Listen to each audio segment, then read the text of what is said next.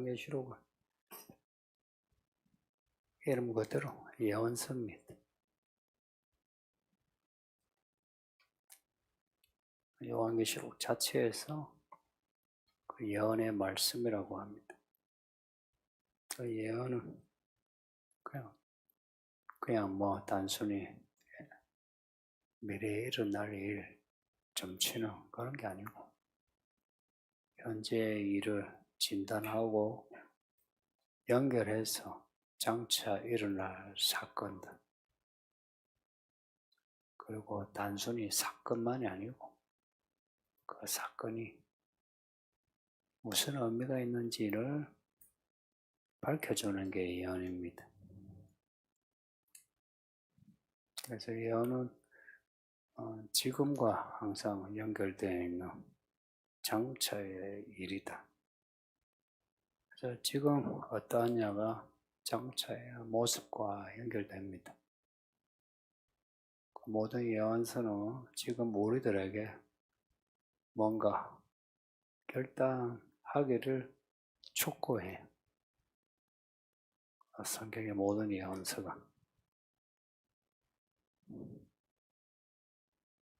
우리 눈으로는 우리를 자세히 볼 수가 없잖아요. 숲에서 나와야 숲을 보는데 이 시대에 살면서 시대를 볼 수 없죠. 근데 예언서는 모든 시대 숲을 볼 수 있게 하는 그런 책입니다.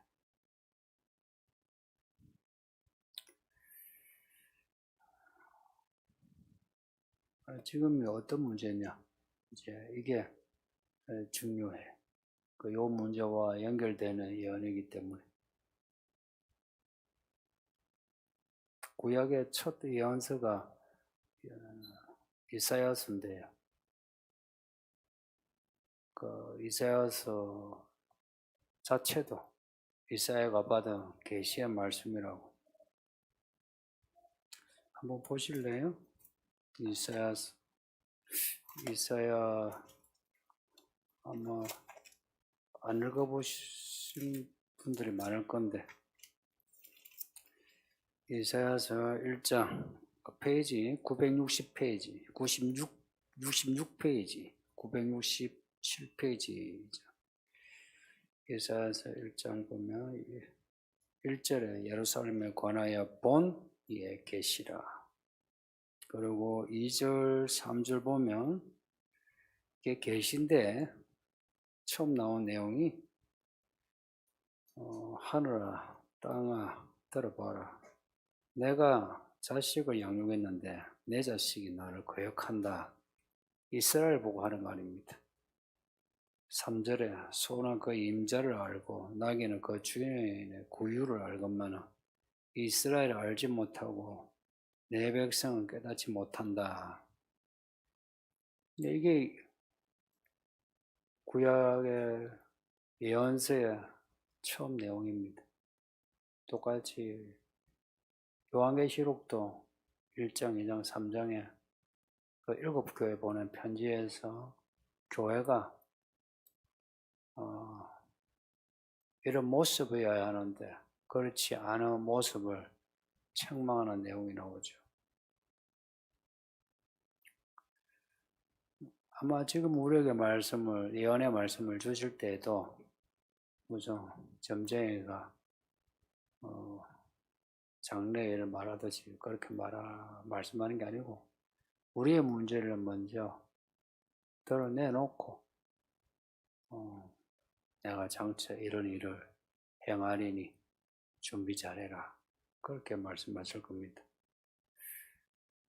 그래서 예언서 읽을 때 우리 자신의 문제를 먼저 아는 게 중요합니다. 이게 불편하죠. 다른 사람 문제 지적하는 거는 쉬운데 이 말씀을 통해 내 문제를 내가 발견한다는 것은 상당히 불편하고 버겁습니다. 그래서 사람들이 다 피합니다. 이 마음에서 방어기제가 나와서 말씀을 대하니까 안 읽어지고 안 들려요. 그래서 들어도 기억이 안 나고 혹은 들을 때 졸아요. 우리 안에 나오는 방어기제가 우리를 그렇게 만들어요. 그래서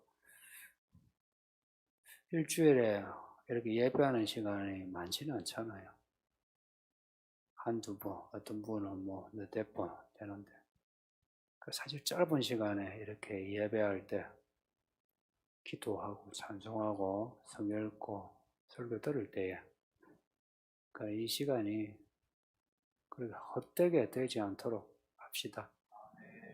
집중력입니다. 공부도 집중력이고 직장일도 집중력입니다.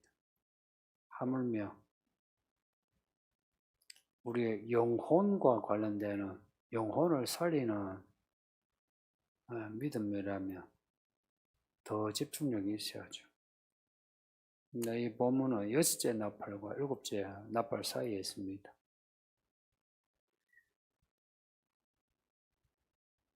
요한계시록이 7인으로 되어 있는데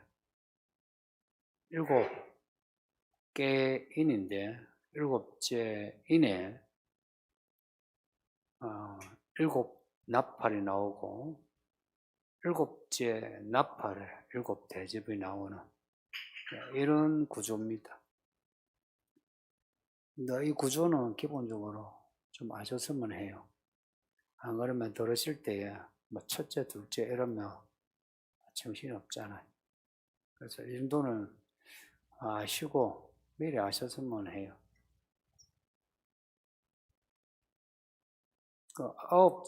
앞에 9장 보면 6째 나팔 이야기 나오는데요.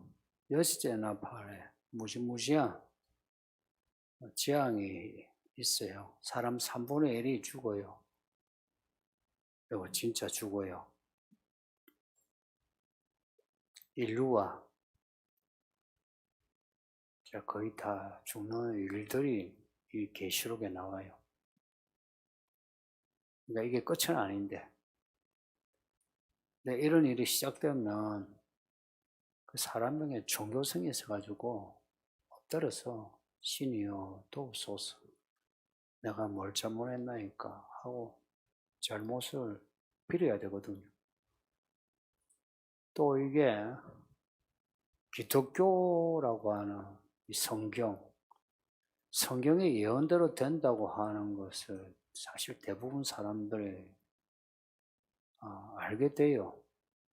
그렇게 알게 되면 회개해야 되는데 9장 끝을 보면 회개하지 아니하고 오히려 또 죄를 더 지어요. 요 상황입니다. 요 10장의 배경은 요 상황이에요. 그리고 본문 뒤에 11장 15절에 이제 그 7째 나팔 이야기 나오는데 7째 나팔에 11장에 나오고 14장에 나오고 15장에 나오고 16장에 나오고 16장에서부터는 이제 7째 나팔에 7대접이 이제 마구 쏟아져요. 무슨 말이냐니까 9장의 6째 나팔 이야기에서부터 지금 15장까지 계속 7째 나팔을 향해 혹은 7째 나팔의 그 시대가 오기 전까지의 일들, 그 7째 나팔을 주목하게 한다는 겁니다. 그래서 7째 나팔의 7대접은 대환란이라 부릅니다. 그걸. 이걸 성경을 읽을 때는 알죠. 근데 실감을 잘 못하죠. 그래서 여러분도 기도하세요. 기도를 하시면 진짜 보여줘요.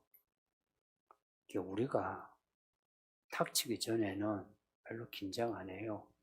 겁이 없어요. 근데 내가 한번 귀로 듣거나 눈으로 이렇게 내가 보거나 꿈을 꾸면 좀 달라요. 이 말씀만 이렇게 다 온전히 믿을 수 있는 사람이라면 괜찮은데 안 그러면 기도하세요. 이게 기도 안 하면 보이는 것도 없고 들리는 것도 없어요. 이 10장의 내용은 이 일곱째 나팔 그 전에 대한 내용이에요. 그 전에 혹은 일곱째 나팔 뒤에까지도 염두에 둔 말씀이에요. 그러니까 일곱째 나팔 전에 있는 이 작은 두루마리 내용이 뭐냐? 이게 비밀이죠. 이걸 추측하면 일곱째 나팔이 오기 전까지의 이 세계의 변화의 과정, 얼마나 어떻게 악해지는지, 혹은 일곱째 나팔이 오기까지의 세상에 일어나는 재앙들, 혹은 요 대환란 전에 사실 그 휴거 있어요. 이 휴거에 대한 거, 이런 내용이 일곱 우리의 내용이 아닐까. 이렇게 복음대에서도 언젠가는 우리에게 가르쳐 주신다고 믿습니다. 누구에게? 택한 사람에게. 택한 사람에게. 이 택한 사람은 어린 양 예수를 따르는 사람이 끝까지. 그들은 또한 이기는 자로 나와요. 그들은 예수님 오시는 그날 혹은 재앙이 어느 날 도둑같이 오는 게 아니고 파수꾼이 온다 하고 외치고 얼마쯤 왔다 하고 거리를 재주고 하듯이 그 파수꾼의 소리를 들어요. 그걸 듣고 준비를 해요. 지금 우리가 이 말씀 읽고 지금 설교 이제 듣는 게 지금 준비하는 과정입니다. 저는 그 파수꾼 역할을 하는 사람이에요. 그래서 저도 이 둔해가지고 여러분이 이 염두에 두어야 될 게, 저도 둔해요. 이 둔한 목사가 돼가지고 저도 이 거리 측정이 잘못될 수 있어요. 고로 여러분이 똑똑해야 합니다. 그래서 여러분이 개인적으로 깨어 있어야 돼요. 그래야 살아요. 개인적으로 또 이 요한계시록을 읽으면서 여러분이 요한, 오늘 본문은 특이하게 요한의 모습이에요. 그 요한에게 주는 메시지예요, 또. 요한계시록에서는 좀 특별한 내용이에요. 이런 본문을 읽을 때는 여러분이 요한이라 생각하고 여러분도 반응해 줘야 돼요. 그리고 말씀을 내게 주신 말씀이라 받아들이셔야 되고요. 그 여섯째 나팔 시대에 그 회개하지 않는 상황이 요 작은 두루마리 10장의 배경이다. 이거 염두에 두시고, 그렇다면은 일곱째 나팔 때 되면 더 회개가 없다는 겁니다. 사람들이 더 회개가 없이 더 악해지는. 그러면은 여섯째 나팔에 이 회개하지 아니한 사람들의 모습을, 그리고 일곱째 나팔에 그 대환란, 요 사이에 이 작은 두루마리 이 내용, 그것도 이게 봉인되어 있어요. 그렇다면 여섯째 나팔과 일곱째 나팔 사이에 무슨 믿음이 필요할까 하는 겁니다. 무슨 믿음이 필요할까요? 회개하는 믿음입니다. 요한계시록 그 7개 주신 말씀에도 회개하라, 회개하지 않으면 하고 겁을 주죠. 그 앞에도 회개를 이야기하고, 그리고 이 10장에 또한 이 시대에 해야 할 일은, 여기 회개하라 이 구절은 없어요. 없지만 요 본문이 있는 이 구조에서 주는 메시지는 회개하라 하는 겁니다. 회개하지 않는 시대에서 회개하라 하는 겁니다. 회개는 죄를 돌이켜 예수 따라가는 겁니다. 예수 따라가는 게 뭐고 하면 말씀 따라가는 겁니다. 말씀 따라가는 게 뭐고? 말씀을 읽어야죠. 말씀을 들어야죠. 그리고 말씀을 지켜야죠. 이 지킨다는 말이 아주 의미가 많아요. 말씀을 지키는 어떻게 지킬 거예요? 그리고 요한계시록 뒤에는 말씀을 읽고 듣고 이거 빼버리고 말씀을 지키는 자가 복이 있다 이렇게 나와요. 고로 말씀을 읽고 듣는 거는 같이 할 수 있어요. 근데 지키는 거는 여기서 믿음으로 반응하는 사람만 말씀을 지키지, 안 그러면은 지킬 수가 없다는 이야기입니다. 사도교회에 주신 말씀 있잖아요. 사도교회 보고 하신 말씀이, 너 교회는 살았다 하는 이름은 가졌는데 실상은 죽었다 해요. 왜 죽었다고 했는지 또 그 뒤에 나와요. 이 성경은요, 계속 읽으면 답이 나와요. 뭐라고 말씀하시냐? 너희 행위에서 온전한 것을 보지 못했다 합니다. 그러니까 믿음으로 뭘 다 해요. 사도교회가 다 해요. 뭐 전도도, 선교도, 구제도, 교회 일도 많고 뭐도 다 해요. 근데 온전한 게 없다는 겁니다. 하긴 하는데 온전하지가 않다는 거예요. 성도님들, 온전한 기도, 온전한 찬양, 온전한 순종이라는 거, 이 온전함에 대해서 한번 생각해 보셨나요?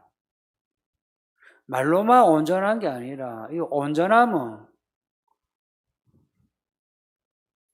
이 작은 두루마리 갖다 먹으라 한 것처럼 이 말씀을 먹고, 그리고 그 말씀이 배 속에서 쓰더라도 그 말씀을 안에 소화를 하는 거예요. 아침에 말씀드린 것처럼 토하지 아니하고 이 말씀을 그대로 내가 간직하고, 이 말씀이 내 몸이 되고 내 말이 되고 내 행동이 되게 하는 거예요. 이 말씀이. 근데 이 말씀이 그냥 가만히 있습니까?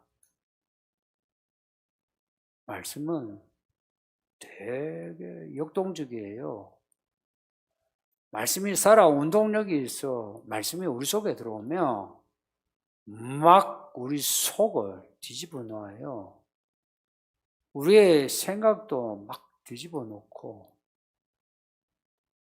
그래서 이 말씀을 지킨다 하는 거 쉽지 않아요. 그럴 뿐만 아니라 말씀이 내 속에 말씀이 들어왔음에도 말씀이 내 밖에도 일들을 만들어가고 있어요. 일들을 만들어가서 내 상황을 막 달려가게 해요. 안 그래도 말씀이 나한테 부대끼는데 이 상황에서 내가 말씀의 상황을 따라가려면 쉽지 않아요. 성도님들, 믿음 연수가 1년 되고 2년 되고 3년 되면 믿음에서 우리가 조금 장성합시다. 장성한 거는 이런 거예요.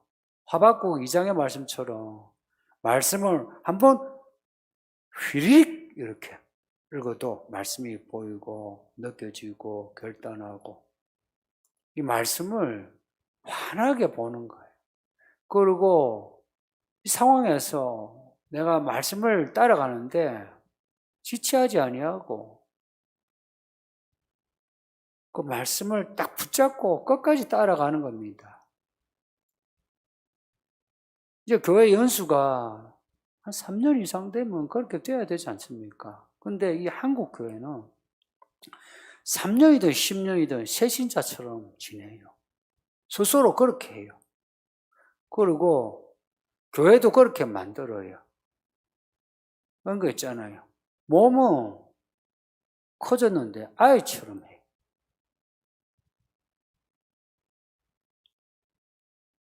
지금 이 앞에 있는 아이들은 10살 남짓한데 교회 다닌 지 10년 남짓한 여러분들, 이 아이들과 비교하면 어떻습니까?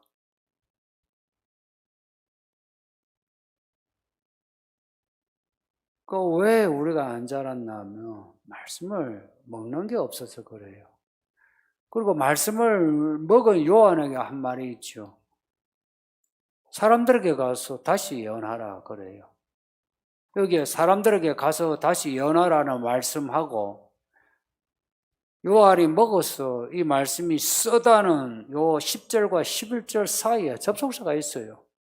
한글에는 생략되어 있는데, 그래서 그러므로 그리하여 그렇기 때문에 이런 겁니다. 이 말씀을 먹은 사람이 다시 예언하는 거예요. 이 다시란 말이 참, 요 본문 상황에서는 아주 특이해요. 저도 이 단어를 되게 생각을 많이 했는데, 이 의미가 너무 많아요.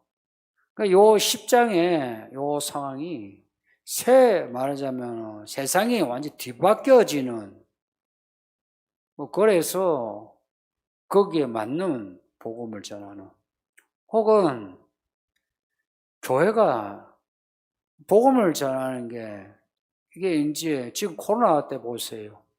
전도 안 하고 안 되고 있어요. 이럴 때 복음을 전하라면 성도들이 아이고 뭐 어떻게 전하노 그래요. 이 상황에서 다시 예언하라 하는 이야기입니다.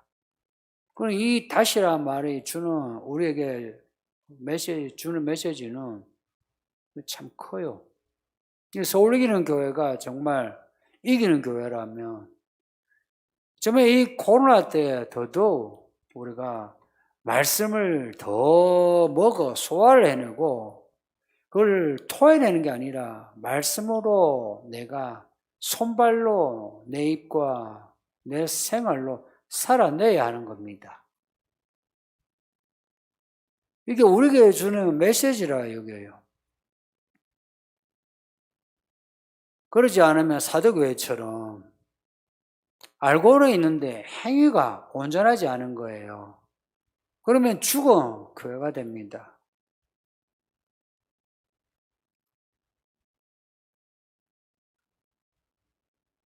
산 것 같으나 실제로는 죽은 그런 사람은 이 말씀을 들어도 깨닫지 못하고, 그리고 예수님이 오셔도 오시는 줄 모르고 그냥 끝납니다. 제 소원은 적어도 여기 있는 여러분들은 다 예수님 오실 때에 다 천국 갑시다. 어떻게 진행이 될지 저도 잘 몰라요. 그래도 교회 목사로 파수꾼 역할을 하려고 하는데 이 사람이 못 나가지고 아는 만큼은 여러분에게 말씀을 드리지만 역부족이에요.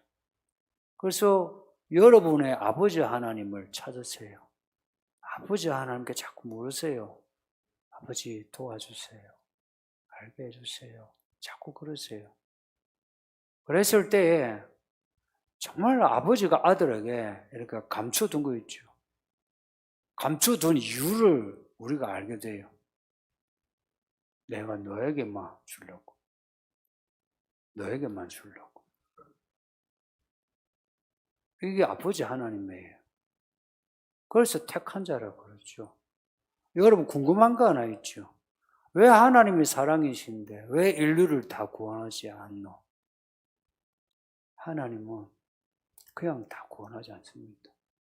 또 우리를 이렇게 구원하실 때도 그냥 쉽게 구원함만 하지 않고 하나님의 아들이 십자가에 죽기까지 고통을 당하게 해서 우리를 구원하십니다.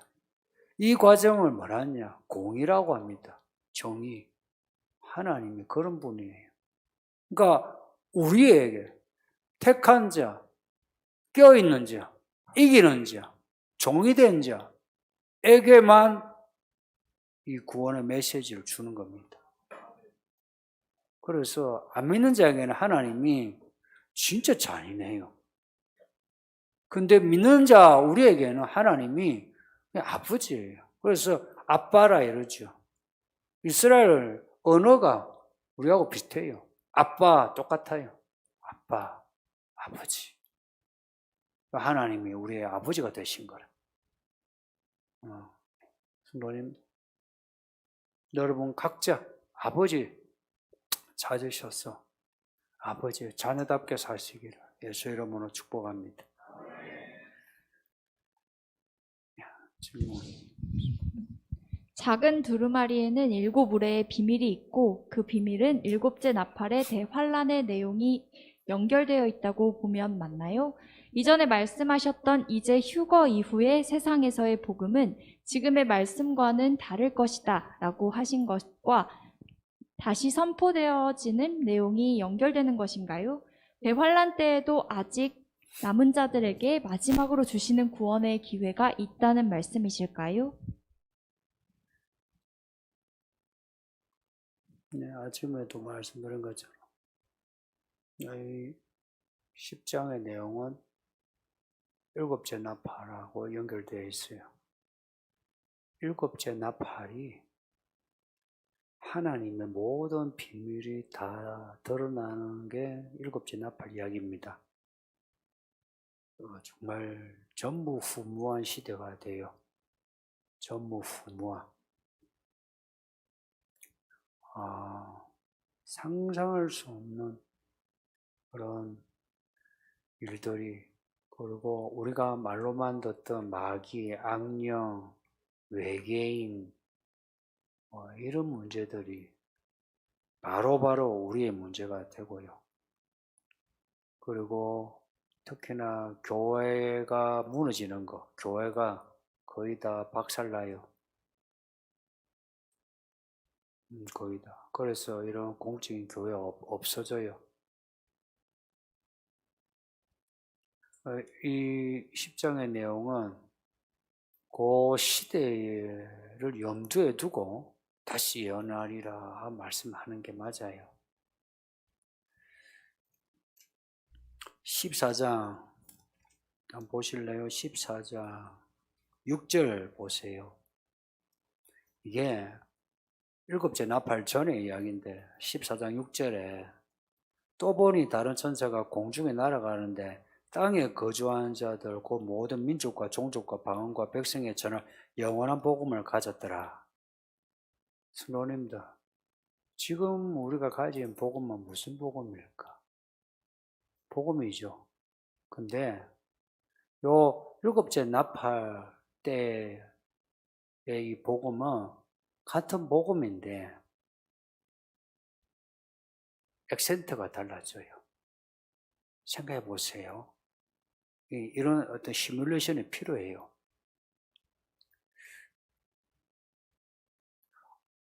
교회가 휴거되었어요. 믿는 사람도 휴거되었어요.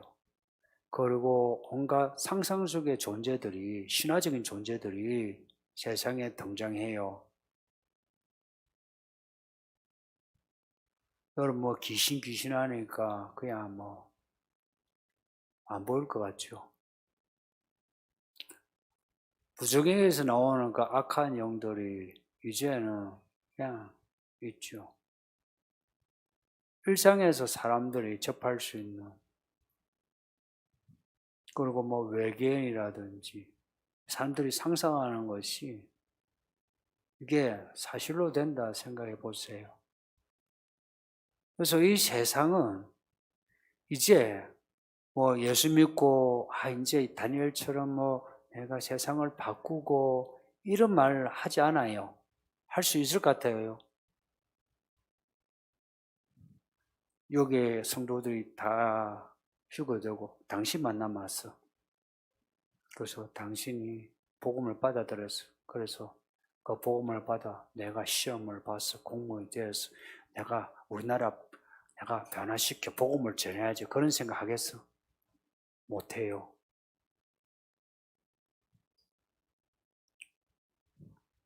우리 다 이래 있는데 이 사람만 휴거되었어요.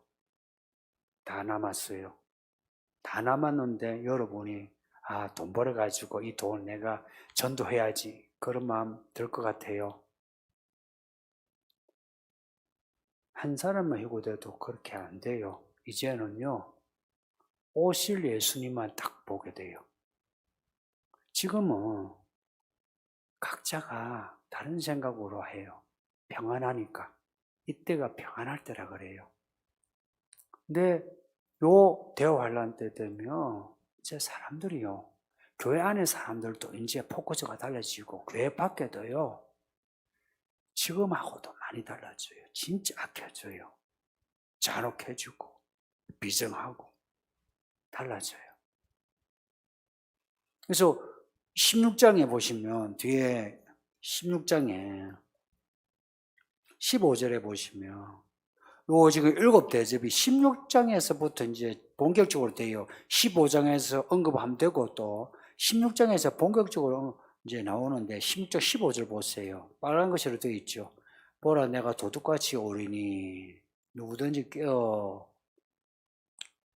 지금 7대접 때에 예수님이 도적같이 온대요. 도둑처럼. 근데 이게 두 가지 의미가 있어요. 하나는 요 7대접의 이야기 진행 중에 요 15절 이거 빼도 돼요. 그런데 넣음으로 얘들아 내가 언제 내가 너희를 휴거시킬지 모르니 준비 잘해라 하는 그 중간에 막간에 넣는 나팔 소리 같은 것이기도 하고요. 두 번째는 하나님은 자비해요. 요 지금 질문에 그 대환란 때에도 아직 남은 자에게 마지막으로 주는 구원의 기회가 있다는 말씀인가요? 요 근거가 되는 게 16장 15절이에요. 그러니까 요 대환란 때에는 살아남으려면 이것밖에 없어요. 짐승의 표를 받지 않아야 되는데 짐승의 표를 받지 않으면 죽어요. 죽든지 아니면은 어딘가 도망을 가야 돼요.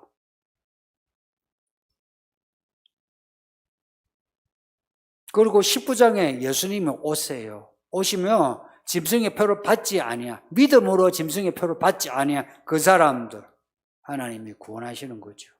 그래서 요 질문하신 분은 아주 성경을 잘 읽으셨고 설교를 잘 들으셨네요. 그걸 지금 제가 확인하려고 지금 질문하신 것 같아요. 여기는 이실까요가 아니고 끝에 입니다 하면 그냥 질문이 아니고 입니다 하면 그냥 지금까지 들어 말씀을 정리한 겁니다. 넘어갑시다. 목사님, 먹는 것 관련하여서 예를 들어 커피를 싫어해도 먹기는 하는데 같이 지내다 보면 좋아하지 않는 걸 알게 되니 사람들이 잘 권하지 않습니다. 이런 것도 없으려면 먹긴 먹는 성도가 아니라 잘 먹는 성도까지 바뀌어야 하는 건가요?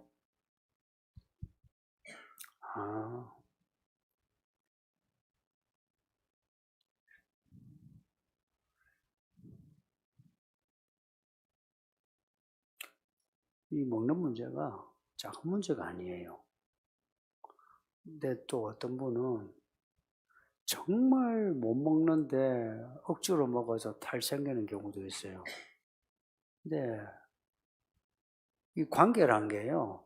또 여러분에게 있는 약간 단점은 제가 이제 어제같이 그거 못 먹어도 같이 드세요. 그래 사람 어쩌 이러면 정말로 목숨을 걸고 먹기 싫은 거 먹어요. 근데 예를 들어서 제가 이 사람하고 만났을 때에 약간의 타협이 가능하죠. 뭘 드시면 뭘 좋아해요? 저는 순두국밥 좋아하는데. 근데 나는 순두국밥을 별로 안 좋아해요. 이거 순대라고 하는 것 자체가 창자는 다 싫어. 그 곱창은 다 싫어. 저는 그 설렁탕 좋아해요. 순두국밥 이제 뭐 또 딴 것도 좋아하시는 거 있으세요? 하면은 이제 여기에 설렁탕 아니면 뭐 찜닭 이런 나오잖아요. 그러면은 그래요. 그럼 우리 뭐 찜닭 먹어도 될까요? 이러면 되죠. 근데 약간의 이런 타협이 가능한데 또 어제같이 제가 그래 말씀드리면 저분이 순두국밥 좋아한대. 그러면은 순두국밥 내가 안 가면은 내가 믿음이 없이 불순종한 거지 그래 여겨요. 그렇지는 않아요. 이게 타협점이 있어요. 그 남편과 아내, 제가 이런 지금 케이스가 많아요. 제가 남편 보고 아내 사랑하라고, 좀 힘들어도 도와주라고, 또, 아내에게는 남편 주인처럼, 주님처럼, 그래, 해보라고. 이러면, 부부란 거 있죠. 그렇게 그 역할이란 게 기계처럼 된 거 아니잖아요. 신분제처럼. 타협이 가능하죠. 그죠? 그래서, 부부 간에 타협을 해서 그 부분을 약간씩 남편이 왔어요. 피곤해. 그런데 음식 쓰레기 버려달라, 설거지 좀 해달라 하는데 너무 힘든 거야. 너무 힘들었을 때 진짜 해주고는 싶은데 못하는 거야. 그럴 때 그냥 아내에게 내가 지금 너무 힘들어. 아플 것 같아. 그러면 아내가 뭘 할 것 같아요? 그러면 아이고 내가 하죠. 그러지. 약간 그럴 때 아빠도 해 하면 그런 여자하고 결혼하면 안 돼. 보통 그러지 않나요? 또 그 남편이 결정했는데 아내가 보기에 영 아니에요. 그렇게 했다가 이 가정이 안 좋아질 것 같아. 그래서 남편하고 이야기를 해서 그 있잖아요. 하도 안 되면 이불 밑에서라도 속삭여가지고 그래서 그 당신 그게 아니고 이렇게 해줘야지 하고서 이렇게 방향을 이렇게 바꿀 수 있죠. 근데 들은 말씀이 뭐냐? 남편 말을 주인처럼 모시라. 남편이 결정했는데 틀렸는데 목사님 말씀에 순종해야지. 이제 이런 거예요. 이게 제가 말을 해도 되게 힘들어요. 근데 제가 이 설교할 때 그런 케이스까지 다 이야기하면 설교가 밤을 새야 돼요. 그러니까 설교는 짧은 시간에 하는데 이게 원칙처럼 명제처럼 해야 되는 거죠. 그러면은 이제 여러분이 듣기에 이게 극단적으로 들려요. 과격하게 들려요.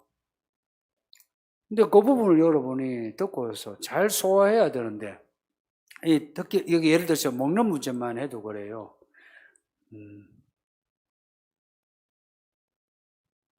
근데 먹는 거 잘 먹는 정도까지란 거는 너무 힘들어요. 그냥 같이 먹어만 줘도 다행이에요. 그죠?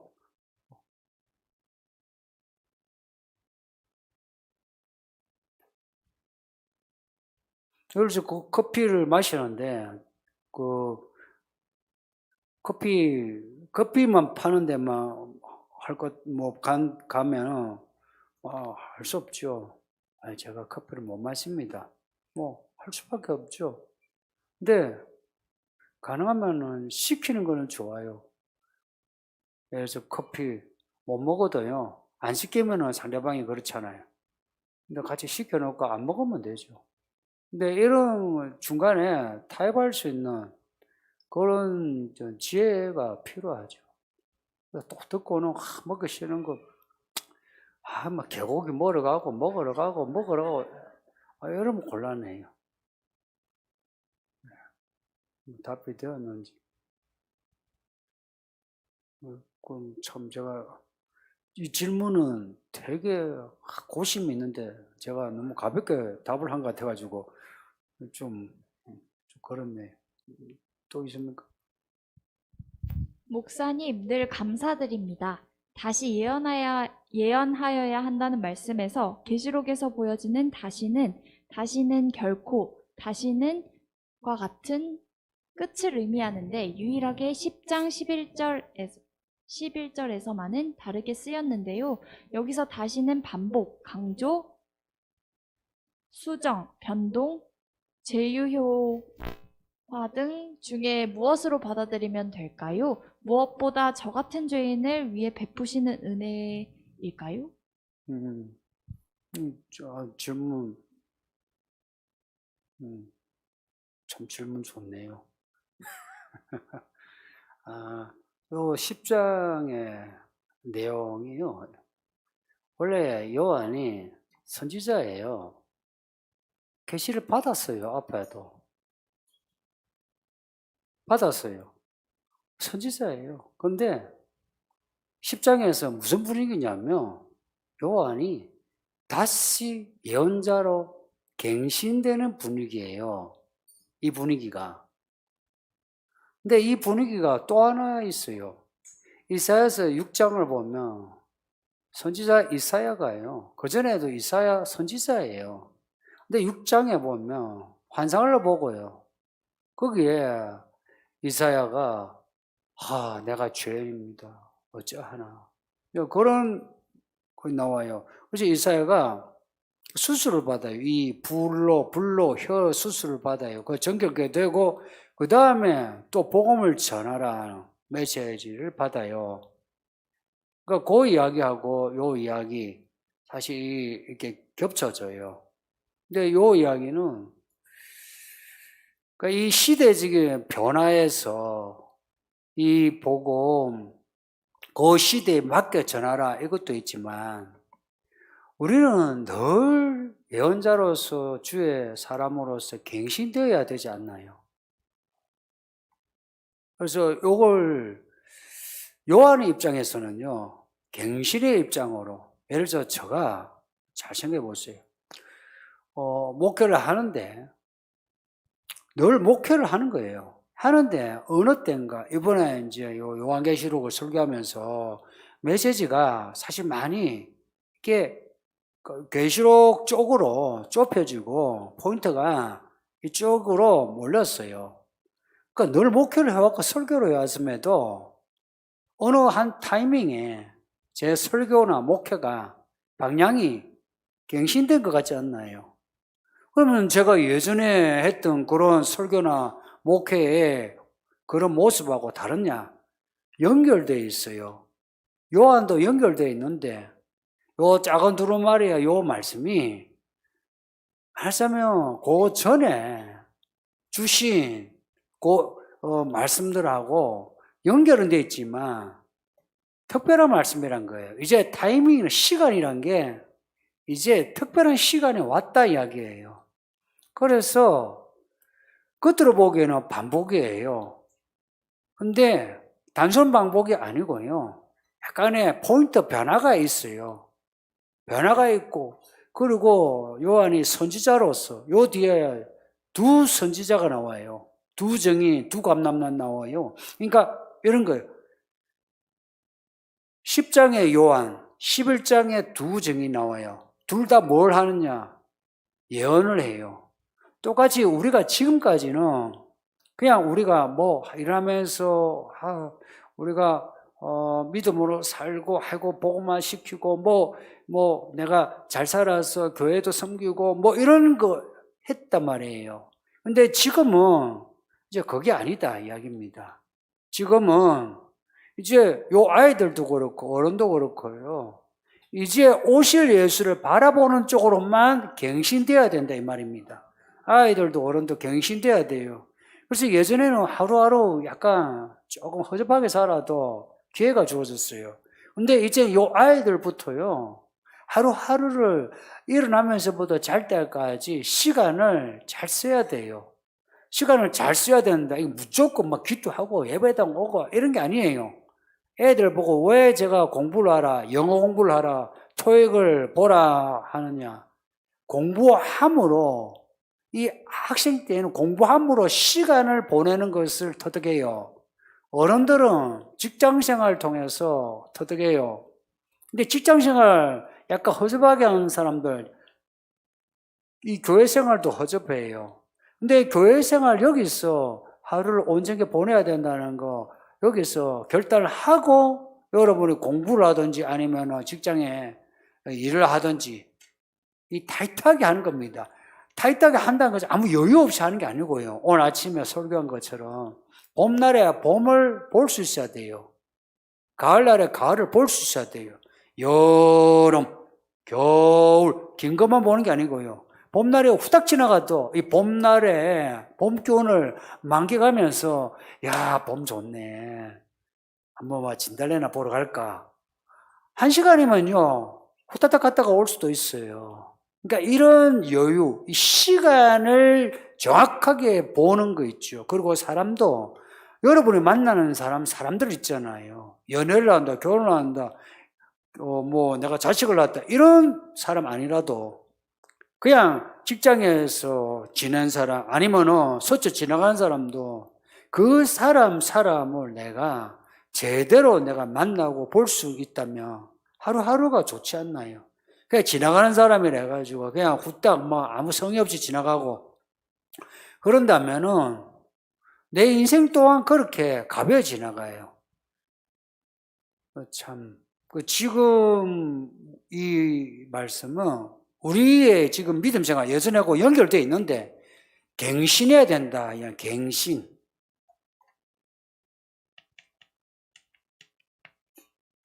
갱신해야 된다 이야기입니다. 그래서 여기에 반복, 강조, 수정, 변동, 재유효화 이거 다 포함하는데 여기에다가 하나 더 이제 이야기하면 열매입니다. 열매. 이 갱신은 이제 열매예요. 이제는 열매를 맺어야 될 때예요. 이제는 교회 생활 몇 년 하셨잖아요. 거기에다 열매가 어떤지 이 정도 합시다. 말씀을 먹으라고 하는데 어떻게 해야 먹을 수 있나요? 정말 질문 아주 정직한 질문입니다. 복잡하게 질문하지 않고 정직하고. 밥을 어떻게 먹나요?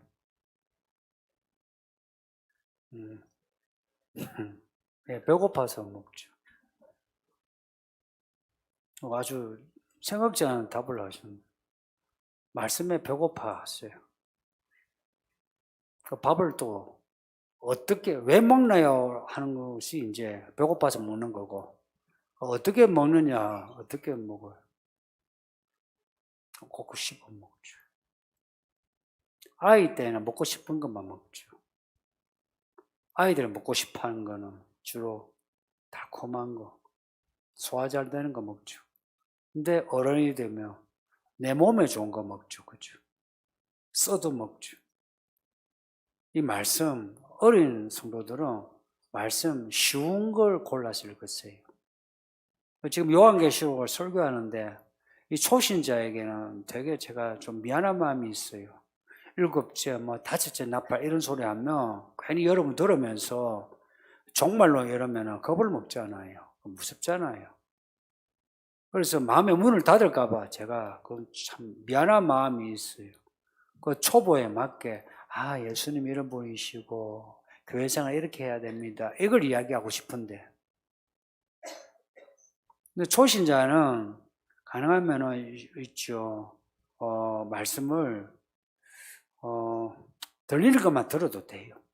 어려운 거는요 다 몰라도 돼요. 그리고 아버지 하나님이 좋은 분이라는 거, 이 성경 말씀은 우리를 살려주는 말씀이라는 거, 이것에 대한 믿음만 딱 있으면 괜찮아요. 그리고 혹 제가 뭐 설교하고 혹은 뭐 성도를 책망하는데 이런 데 대해서 여러분은 담대하세요. 나하고 상관이 없구나. 그러세요.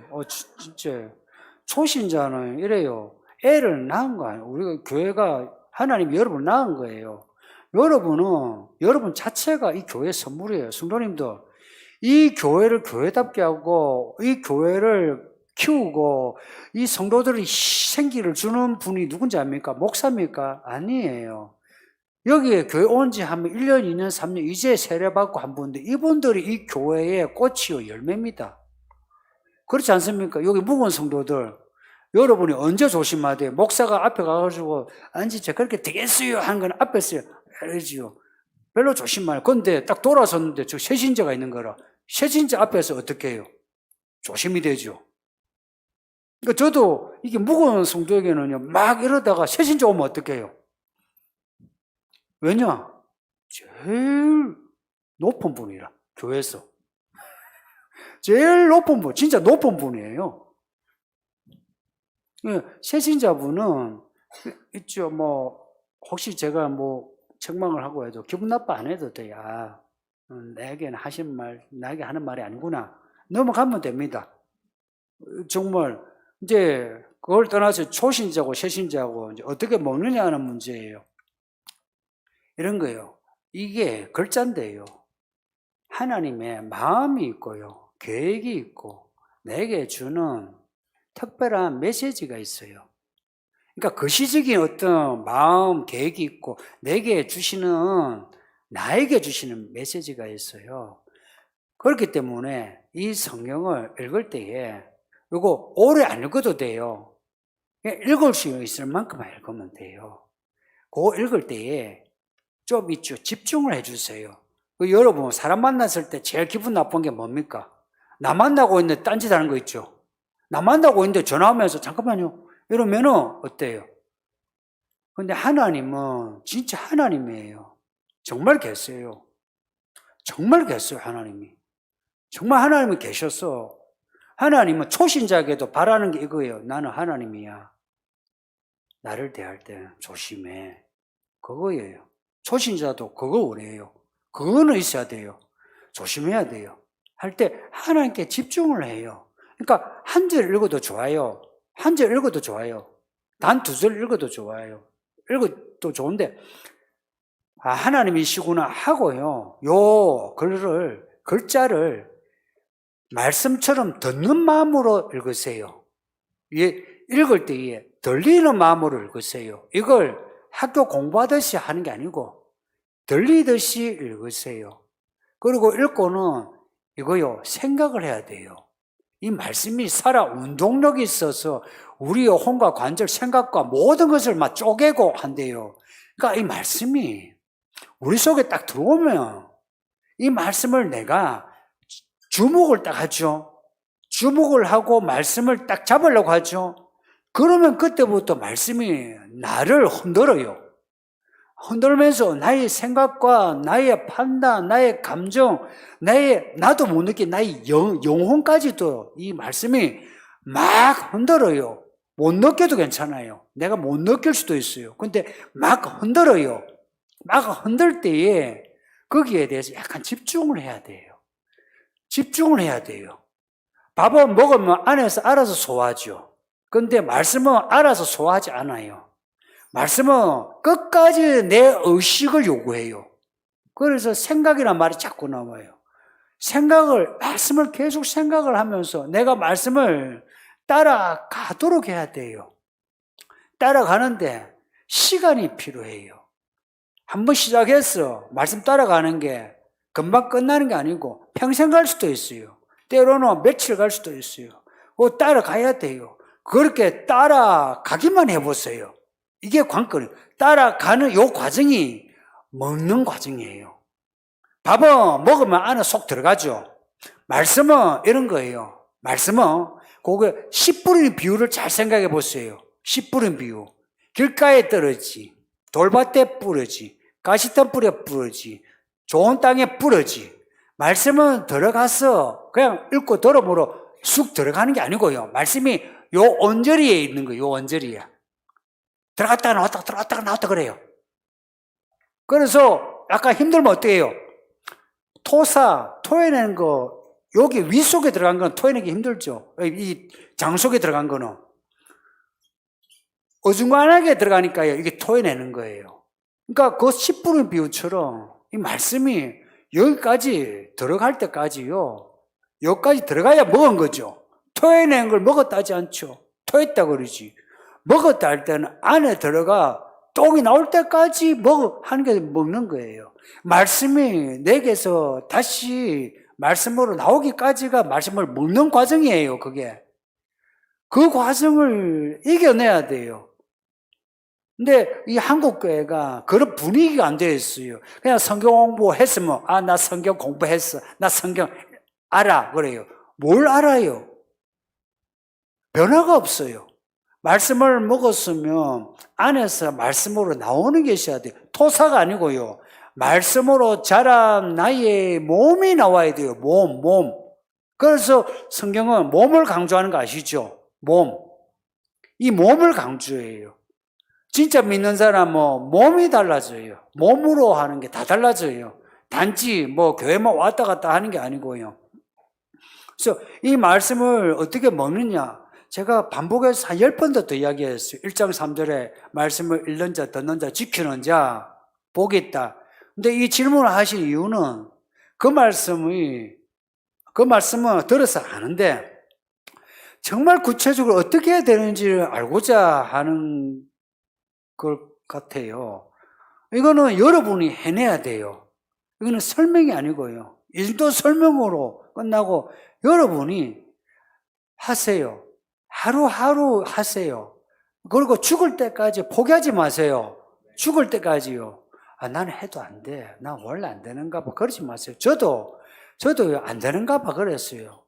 안 되는가 봐 했는데 믿은지 그것도 몇 년 되고 또 첨년 되고 뭘 교사도 하고 하다 보니까 진짜 콩나물에 물 부었는데 콩나물 자라듯이요. 물은 다 빠졌는데 내가 자라고 있는 거예요. 똑같이 여러분이 실패하고 실패해도 자라고 있는 거예요. 요 자람을 멈추면 안 돼요. 그리고 어느 날 딱 자랐을 때는 이제 있죠. 여러분에게 뭔가 힘이 생겨요. 내가 진짜 믿네. 믿음에 근육이 생겨요. 근육이. 그러면서 그런 거 있잖아요. 아빠, 이거 내가 할게. 이런 거 있죠. 그런 믿음이 생겨요. 지금은 어째 될지 모르겠는데 이러다가 어느 날 계속 예배 드리면서 이 아이들이 무슨 말인지 지금 다 알아들으면서 이 앞에 있을까요? 두고 보세요. 이 아이들이 어떻게 자랄지. 이 아이들이 이렇게 앞에서 듣고 자라면서 아이들이 변화돼요. 이 아이들이 나이가 얼마 안 되지만 아이들의 변화가 보이지 않습니까? 그런 거예요. 우리도 그런 변화가 있으려면 먹고 또 먹는데 말씀에 대한 배고픔이 더해져야 돼요. 이런 경우 있을 거예요. 그냥 먹지 않았을 때는 배가 덜 고픈데 그 전날에 치킨이나 야식을 많이 먹었을 때 그 다음날 어때요? 더 배고프죠. 말씀도 그래요. 말씀을 먹어서 그 전날에 이거 약간 과식을 했다 싶죠. 그러면은 여러분 내가 너무 말씀 읽었나 하는데 그 다음날 되면 말씀을 더 읽고 싶어요. 말씀에 대한 배고픔, 말씀에 대한 목마름, 이게 먹어야 되는 내 있죠. 본능이란 뭔가 원초적인 동기부여가 되면 좋고요. 그리고 어떻게 읽어야 하느냐 하는 것은 제가 드린 말씀이 도움이 되었으면 좋겠습니다. 여기까지. 제가 기도하고 바로 마치겠습니다.